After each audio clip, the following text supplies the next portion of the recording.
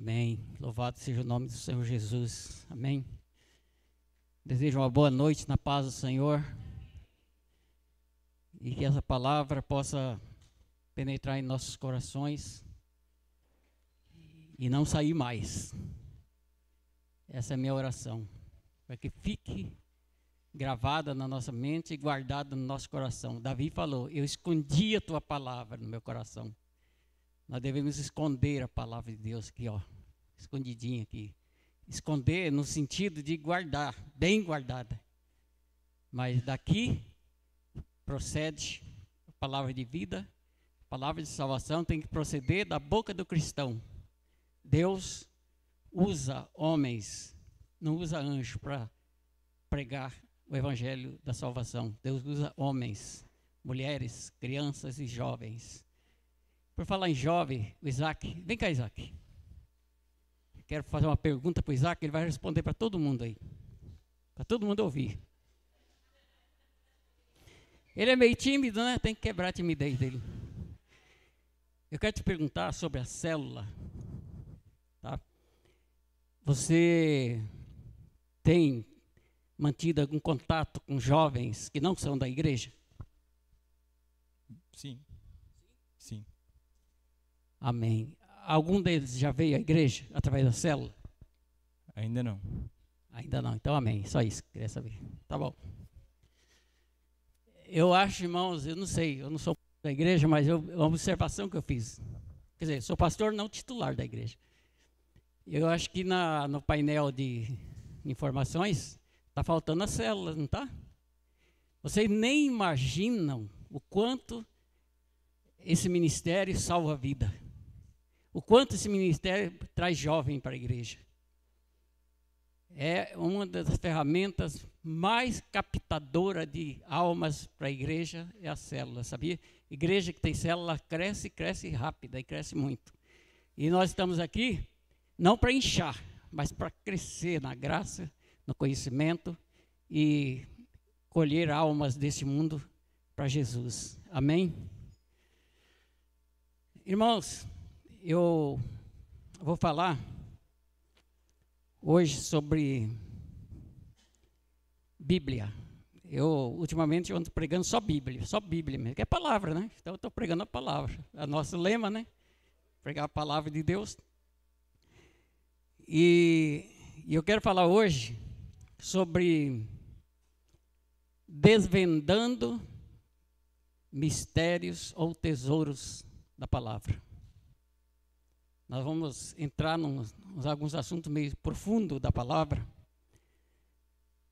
E eu quero ler nosso texto áureo. E eu vou fazer uma leitura em grego, porque eu quero explicar o que está acontecendo aqui. Vocês não vão entender, mas eu vou explicar. O porquê. João 17, 17. Quem quiser acompanhar, pode ver. Aqui começa assim: agiação autores, em te aletheia, o logos, Rossós, aletheia estim. Então isso significa o quê? Santifica-os na verdade. A palavra tua, já é o contrário, né? A palavra tua, verdade é. É assim que está escrito. E nós expressamos diferente. A tua palavra é a verdade. Por que desses detalhes, irmãos? É justamente sobre isso que nós temos que começar a entender. Porque o não foi, nem será. O ele permanece, ele está na frente. Deus é. Toda hora que você procurar Deus, ele é. Ele vai estar no fim da frase, ele não está nem no começo nem no final, no meio. Ele está lá no fim. Terminou, é. Então, a palavra de Deus, verdade é. Verdadeiramente é. E sempre será. E é justamente sobre essa palavra que nós queremos falar. Quero fazer uma breve introdução. Santifica-os na palavra, tua palavra. Vamos falar português nosso, né? Tua palavra é a verdade. Então, muitas vezes nós queremos ser até mais santo do que todo mundo. Oh, meu Deus, eu olho para as pessoas, até discrimino, porque faz coisa errada. Eu olho na igreja, eu vejo que aquele irmão não está em condições de estar no altar, eu sei a vida dele, eu conheço. Aquele irmão, ele é falho, e ele tem pecado, ele tem pecado. E eu às vezes sei do pecado dele. E ele está lá, está cantando, está pregando. Eu quero contar algo para vocês. E eu não posso mentir, porque esse caso ele é verídico. Um certo pastor, olha onde eu vou entrar, irmãos.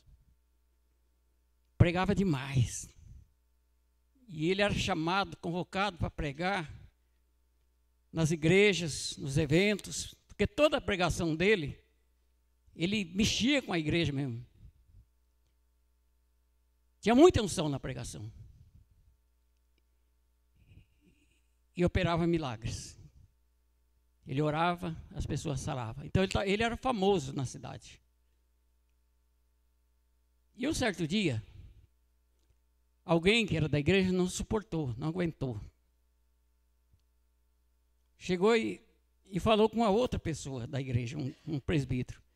Falou, olha, o pastor, ele tem um amante. Eu sei que ele tem um amante. Eu tenho certeza que ele tem um amante. Aí aquele presbítero, usado por Deus, falou, fique em paz. Deus sabe também. Vamos orar por ele. Tá bom. Aí o pastor ficou sabendo disso e ficou muito envergonhado e quis entregar a igreja. Aí no culto que ele foi, ele ia entregar a igreja, mas ninguém sabia, só ele.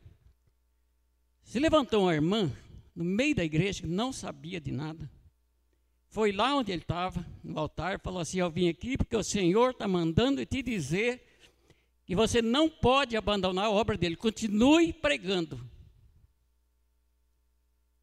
E aí o pastor entrou em conflito com ele e com Deus. Mas Senhor, eu estou em pecado.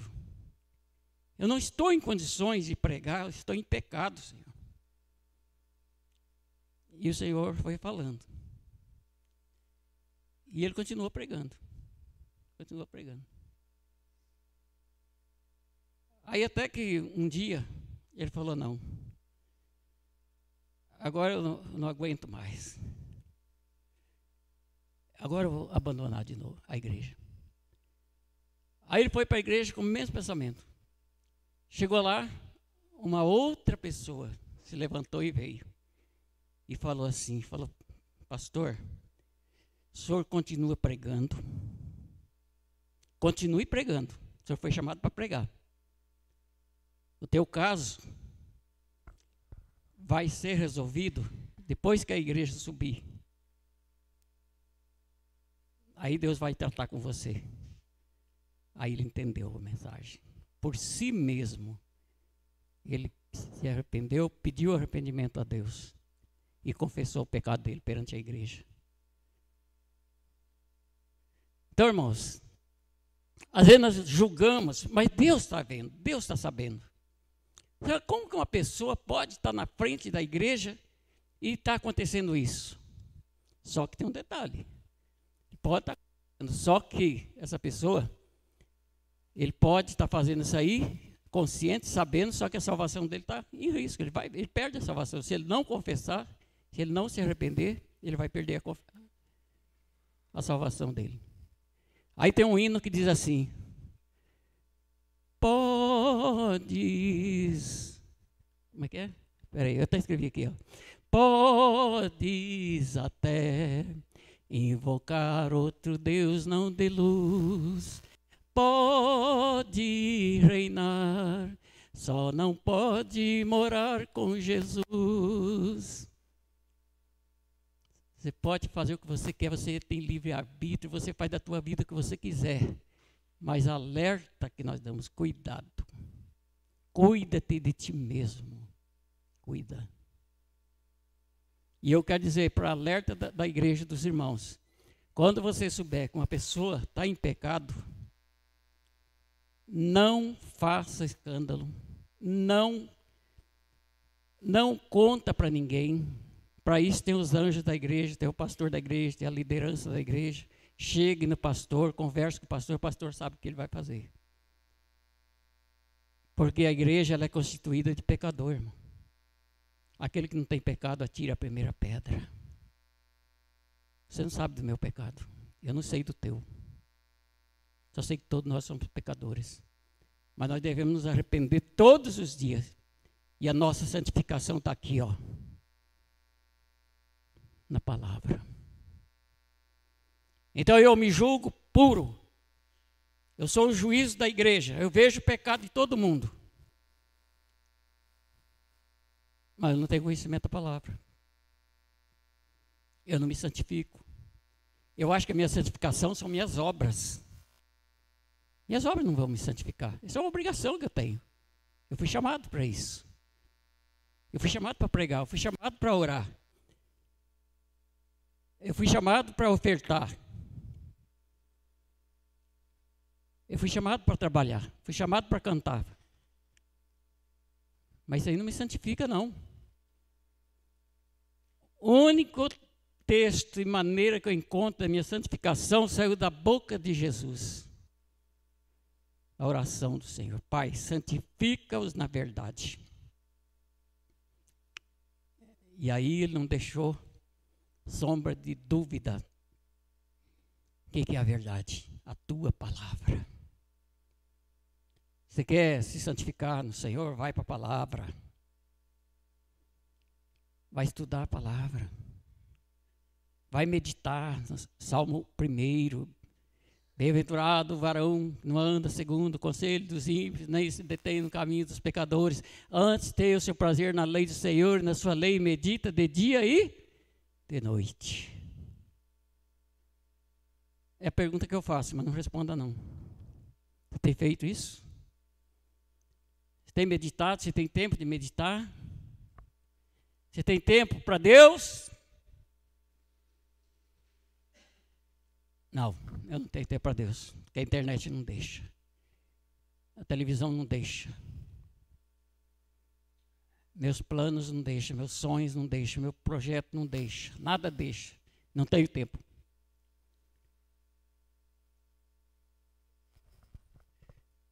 E aí, a santificação vai ficando longe.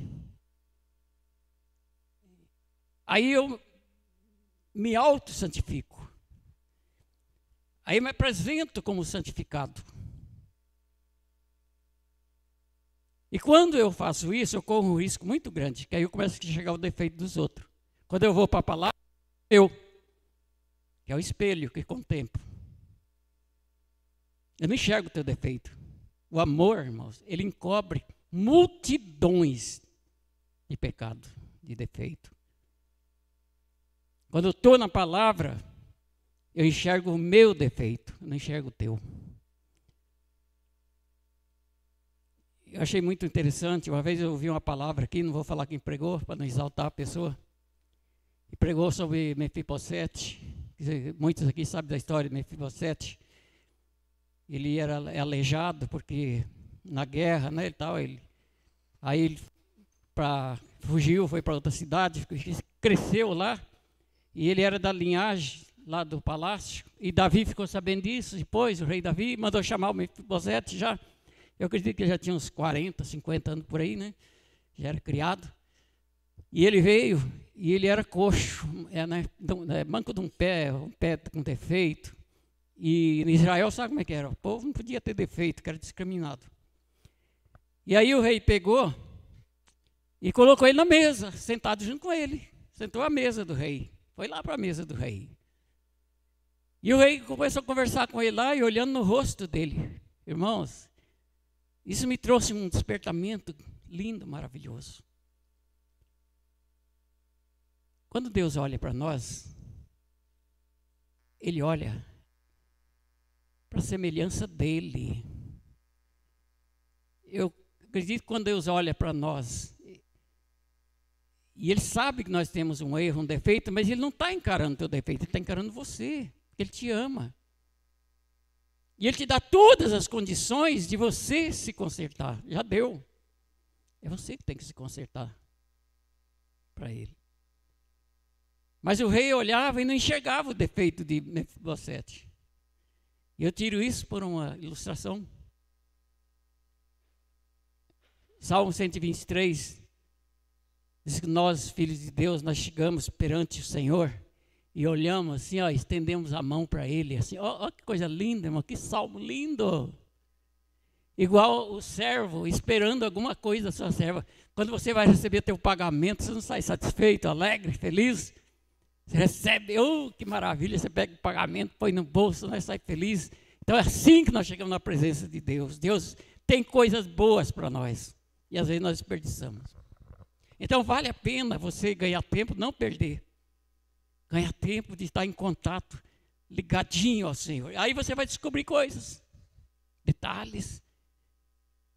Você vai ler, vai meditar, porque é a meditação. Você vai começar a ler e falar, mas peraí, aqui tem alguma coisa errada, não está batendo. E é justamente isso daí. O que está errado aqui? Então eu vou descobrir o que está errado. E aí nós vamos correr as páginas e a Bíblia explica a Bíblia. E nós vamos começar a descobrir. Abre tua Bíblia aí, Provérbios 25 e o versículo 2. Provérbios 25 e o versículo 2, o que está escrito aí? A glória do Senhor é? Oi? Pode falar, está lá em cima, né? A glória de Deus é encobrir o negócio. Mas a glória dos reis é tudo investigar. Quem são os reis? Hã? Deus nos fez reis e sacerdote, irmão. Nós fomos tirados lá de Lodebar, daquela cidade sem palavra, só tinha mentira, corrupção, e fomos trazidos para uma cidade de luz.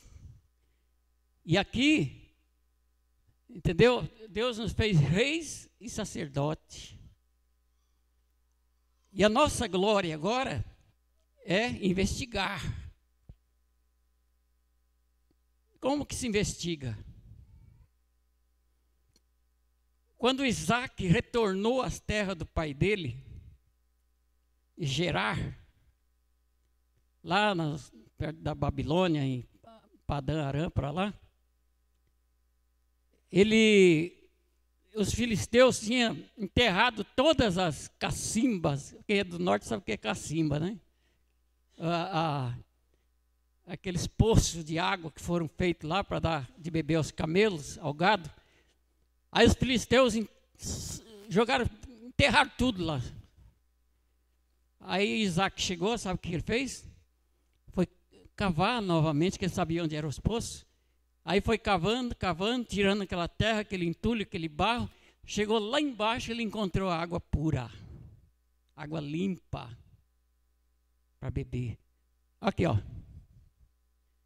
Você vai cavar, você vai escrafunchar.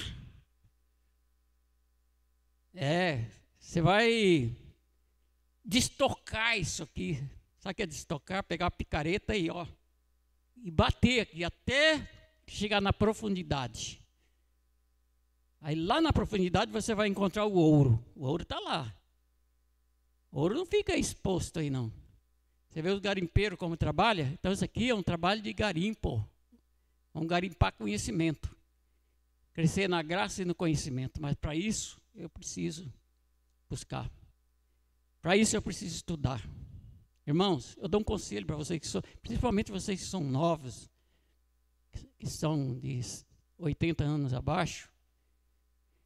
Estude, faça teologia. Eu sei que tem gente que não gosta de teologia, mas a teologia não é para pregação. Teologia não é para você, a teologia é para ter o conhecimento. A palavra teologia é estudo sobre Deus, é estudo da palavra. Se aprofunda no conhecimento. É lógico que tem algumas linhas teológicas que você é bom até nem fazer, contesta. Mas muitas linhas teológicas são boas, são bíblicas, não tem heresia. Não estando fugindo da palavra. Porque o que é a teologia? Quando a gente fala de teologia, a gente pensa que é doutrina. Não é, irmão.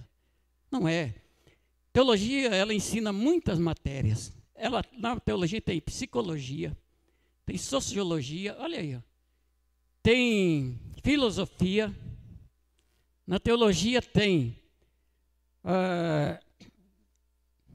uma matéria que me fugiu da cabeça agora, é sobre a pregação, estuda sobre homilia, a fala, a homilética.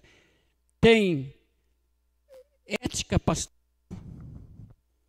Na teologia tem N matérias para você fazer. Tem história do cristianismo, tem cultura hebraica, tem cultura romana. Mas é muita coisa gostosa. É isso que a teologia ensina. Entendeu? Às vezes a gente frisa, não, fulano, teólogo, ensinou aquilo. Não, esquece dele. Nem lembra dele, nem fala disso. Aprenda. E a teologia, ela tem uma matéria também que ela é excelentíssima, principalmente para quem é líder, que ela chama-se hermenêutica. A hermenêutica é regra de interpretação de texto. E a hermenêutica, ela é bíblica. Eu tenho o livro de hermenêutica, todos os capítulos e versículos da Bíblia. Eles vão ensinando. E aí eu falo, não, eu não vou estudar teologia, porque eu não cheguei, porque eu não acredito nisso. Irmãos, o camarada estudou Bíblia, não estou falando de estudo secular, estudou 20, 30 anos. E eu vou contestar o camarada? Eu leigo, cego, sem conhecimento? É igual eu falar assim, esses médicos não sabem de nada, mas quem sou eu para falar do médico? Quem sou eu para falar do professor? Ele conhece a matéria, eu não conheço. Então, para eu falar, eu preciso conhecer. Para eu contestar, eu preciso conhecer, eu preciso saber. Senão eu estou usando a minha ignorância, a minha autocertificação. É isso que estou querendo chegar. Meu autoconhecimento, eu conheço sem instrução. Não tem instrução, eu interpretei. Aí eu entro naquela formação da axiologia, que eu acho assim. Então, a nossa glória é esquadrinhar, é buscar, é ir atrás, é correr atrás. Aqui tenho 3 caminhos necessários para nós conhecermos as profundidades desse livro aqui, ó, Bíblia.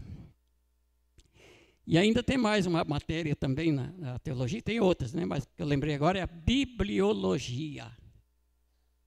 Você estudar sobre Bíblia. A palavra logia é estudo, né? Logia vem de logos, de palavra, estudo da palavra. Então a bibliologia, ela vai te ensinar sobre a história da Bíblia, como começou, onde começou, quem foi o primeiro escritor, quanto escritor teve, quanto tempo levou para ser escrito, o livro dos cânones que foram canonizados, o Antigo Testamento, o que é Torá, o que é Talmud, o que é leis, o que é profeta, o que é série de coisas. Então nós vamos ter conhecimento da palavra. Eu preciso conhecer, eu preciso dominar essa palavra, irmãos. Para eu pregar, eu não sei o que eu vou encontrar lá fora. Para pregar a salvação, não. Eu chego e prego Jesus. Mas acontece o seguinte, quando eu estou falando, eu estou aqui na internet. E se alguém está lá e contesta o que eu falo? Porque eu já contestei muitas coisas que eu já ouvi alguns pregadores, só que eu não falo, eu contesto para mim, né? Eu fico na minha, não vou criticar. Então, os 3 passos aqui, ou 3 caminhos, primeiro, interesse. Sem interesse não faz nada. Você tem que ter interesse pela palavra. E o interesse traz para você uma sede, uma vontade, uma fome. Aquela fome da palavra. E ser interesseiro é bom, viu?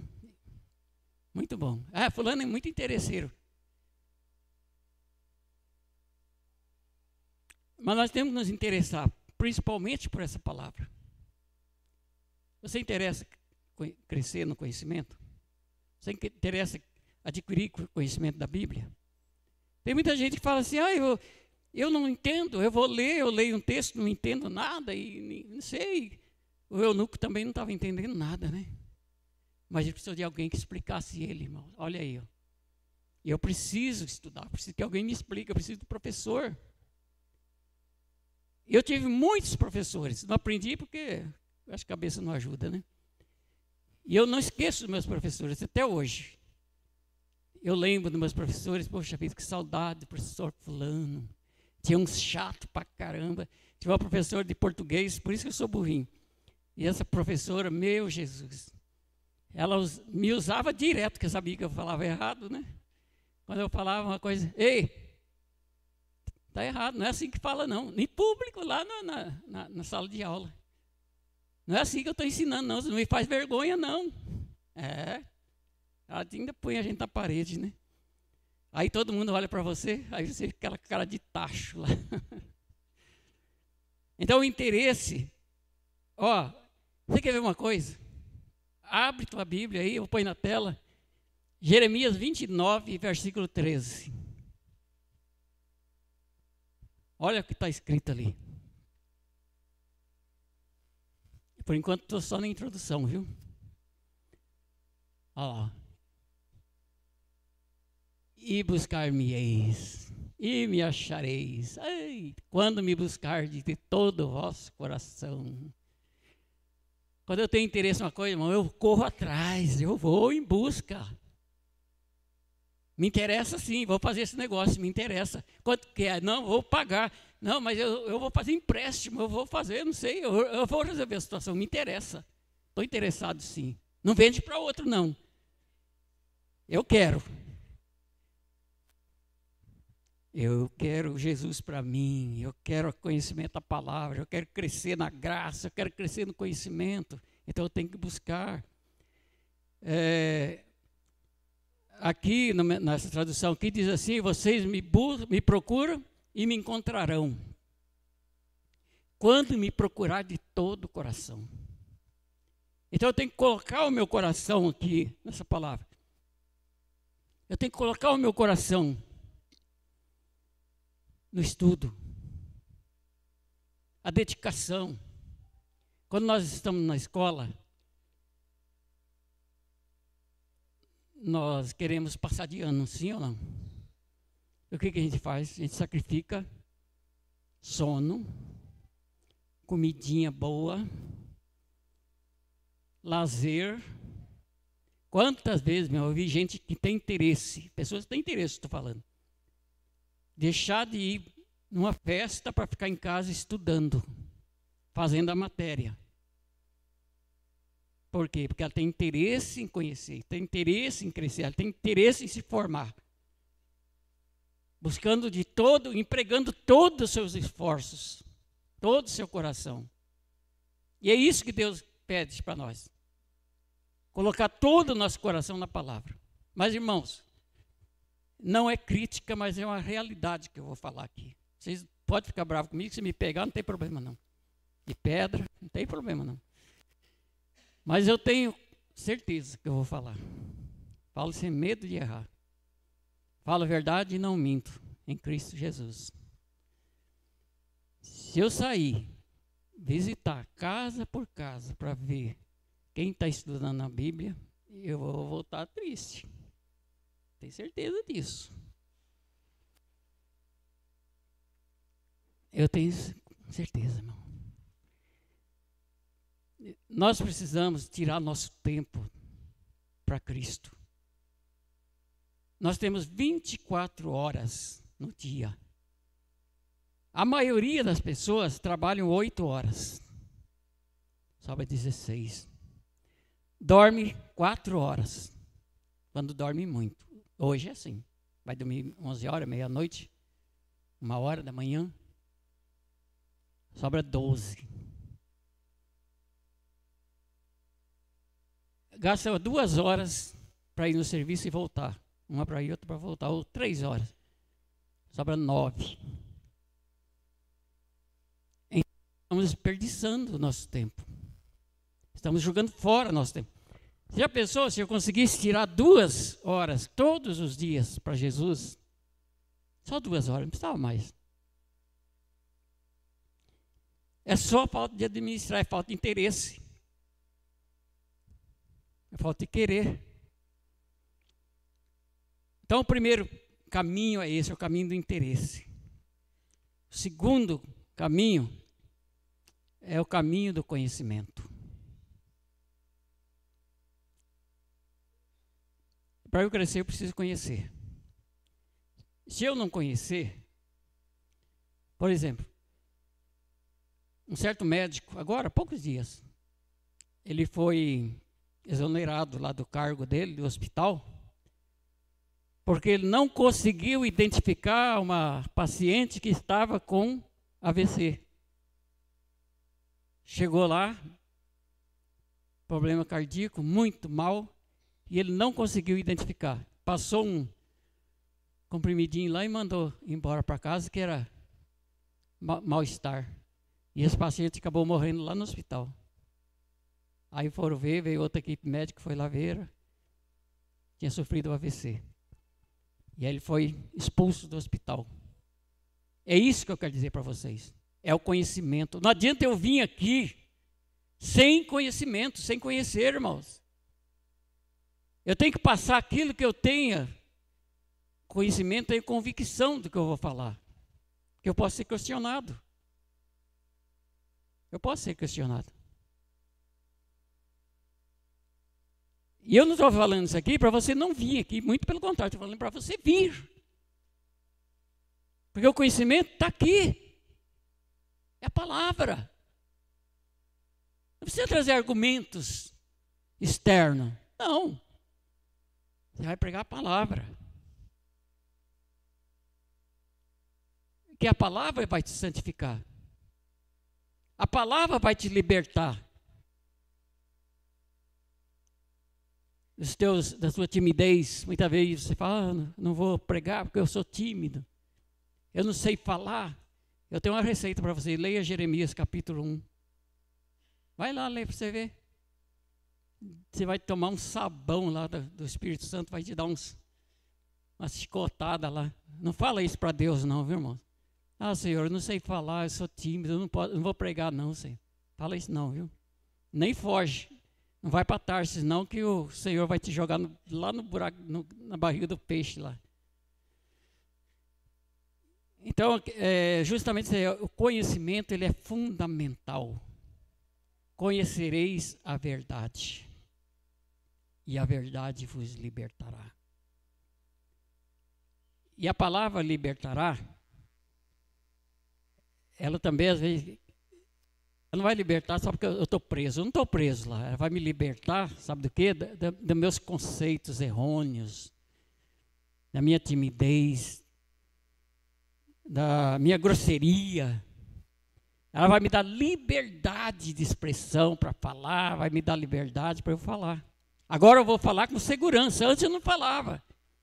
Eu tinha medo, mas agora eu estou liberto. Agora eu falo com segurança. Então, o crescer na graça, crescer no conhecimento é isso. É crescer na palavra.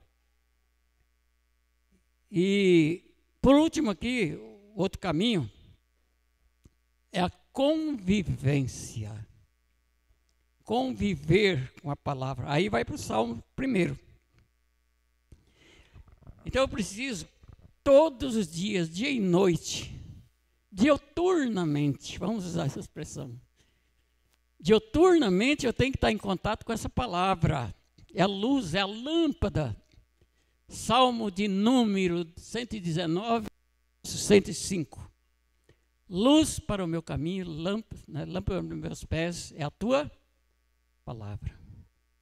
Salmo 119 e o verso, fugiu o verso, mas está lá, vocês vão me ajudar. Escondi a tua palavra no meu coração para eu não pecar contra. 7, 8, está por ali. O 9 eu sei que é sobre o mancebo. O mancebo, né? Ele vai dedicar o seu caminho para Deus, como ele vai andar bem, observando a tua palavra. Na observação. Mancebo, na expressão bíblica, é jovem, moço, rapaz, pessoas novas. Então a qualidade, a santificação do jovem é a palavra. Está aqui, observação da palavra. Quando fala lei na Bíblia, irmãos, é isso que eu queria falar também ali. Quando se fala lei, nós temos aqui expressões de lei. Existe lei, leis e a lei.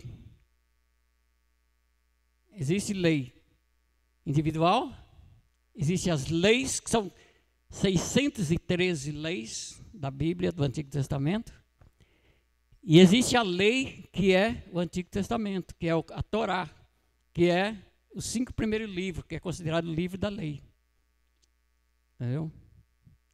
Leis e profetas. São os livros proféticos. Descobrindo os tesouros das Escrituras. Salmo 119, verso 18. Desvenda meus olhos, Senhor. Olha que oração de Davi. Para que eu veja as maravilhas da tua lei, da tua palavra. A lei, a palavra. Desvenda, Senhor, meus olhos. Olha lá. Para que eu veja as maravilhas da tua lei. Tira as vendas dos olhos, gente. Vamos tirar? Vamos tirar as vendas dos nossos olhos. Vamos para a palavra. Eu vou contar um testemunho para vocês aqui agora, ao vivo. Eu fui curado das minhas vistas aqui, ó.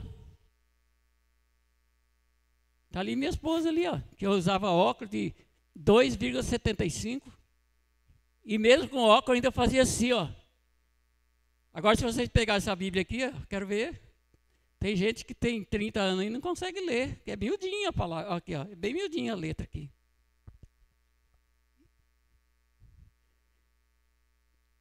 Às vezes nós temos uma venda literal. E pode ter uma venda espiritual. Essa é a pior. Porque a literal ainda você coloca um fundo de garrafa aí e consegue ainda ler alguma coisa. Agora, a venda espiritual, essa é só com a palavra, viu, irmãos? Que a santificação está aqui, ó. Se você for jejuar o tempo todo para você ter entendimento da palavra, pode esquecer. Você vai secar e não vai aprender nada. Então você tem que vir para cá. É aqui. E a luz está aqui, ó. A lâmpada está aqui. E a lâmpada ilumina em lugar escuro. Aquilo que eu não estava vendo, agora eu enxergo, agora eu vejo. Os mistérios já foram revelados. A santificação, ela vem através da palavra. Agora eu quero trazer para vocês algo importante. Alguém já ouviu falar, ou já assistiu algum filme, ou viu na internet, sobre uma personagem que se dizem bíblico, mas não tem na Bíblia? Sobre a Lilith. Quem já ouviu falar da Lilith aqui? Por favor. Alguém já ouviu falar? Exatamente. E eu quero dizer para vocês, o que significa isso aí? Eu tenho o nome Lilith na Bíblia, literalmente, escrito Lilith. Abre a tua Bíblia, por favor. Ou põe no painel. Isaías 34, versículo 14.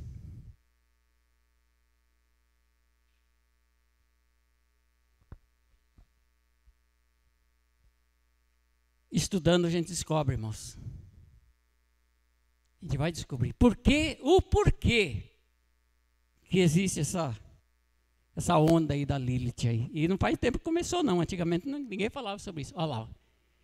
E os cães bravos se encontrarão com os gatos bravos. Olha, eu já ouvi gente falar que não tinha nome de gato na Bíblia. É que não lê Bíblia. Os gatos bravos e o sátiro clamará ao seu companheiro, e os animais noturnos ali pousarão e acharão lugar de repouso para eles. Agora nós vamos para a revelação, né? A palavra.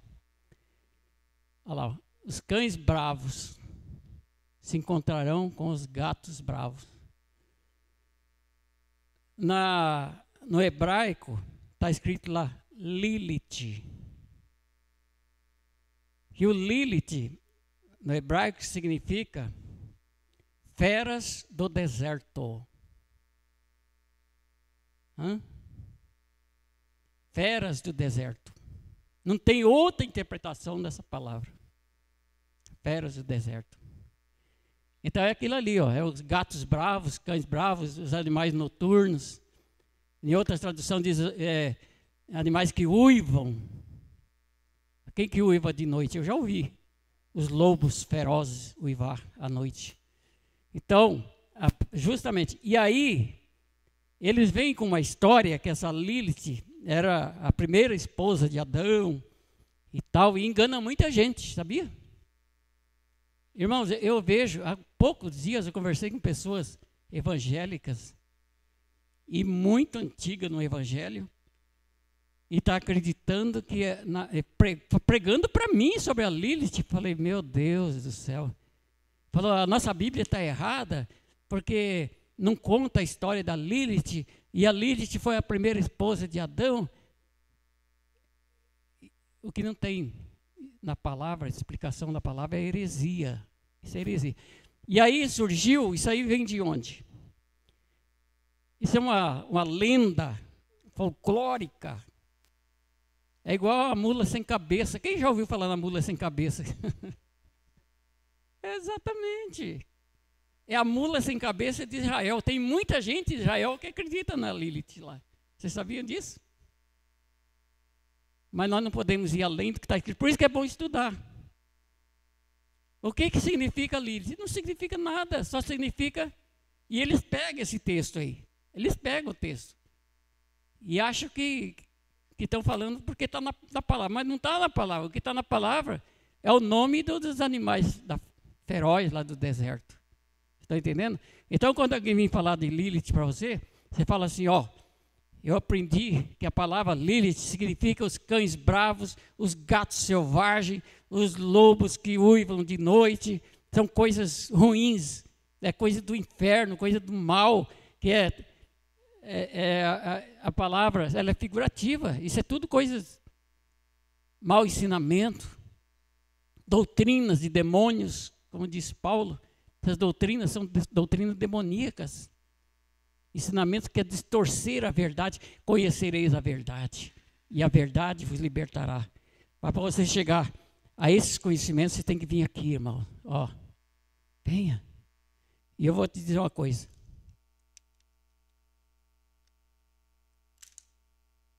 Se você não tem tempo, você não tem mesmo, eu já sei que não tem. Ficar quebrando cabeça. De frequentar uma faculdade de teologia, vai para a internet. Tira um tempo. Faz curso teológico, escolha procura, se informe, vai na informação. Olha, esse professor é bom, dá para encarar? Dá, tem muito professor bom na internet. Eu tenho certeza que eu vou pedir até para o pastor Adriano depois falar se ele vai concordar ou não. Pode falar, não tem problema não. Se ele falar, irmãos, não concordo, pode falar. E se ele falar, eu concordo, amém, glória a Deus, amém? E nós aqui somos transparentes. Aqui não tem esse negócio de um ensina uma coisa e outro ensina outra, não. Então, irmãos, que Deus abençoe. Se precisar alguma dúvida que tiver, é só nos procurar, que nós estamos aqui para ajudar. Amém? Pastor, por favor.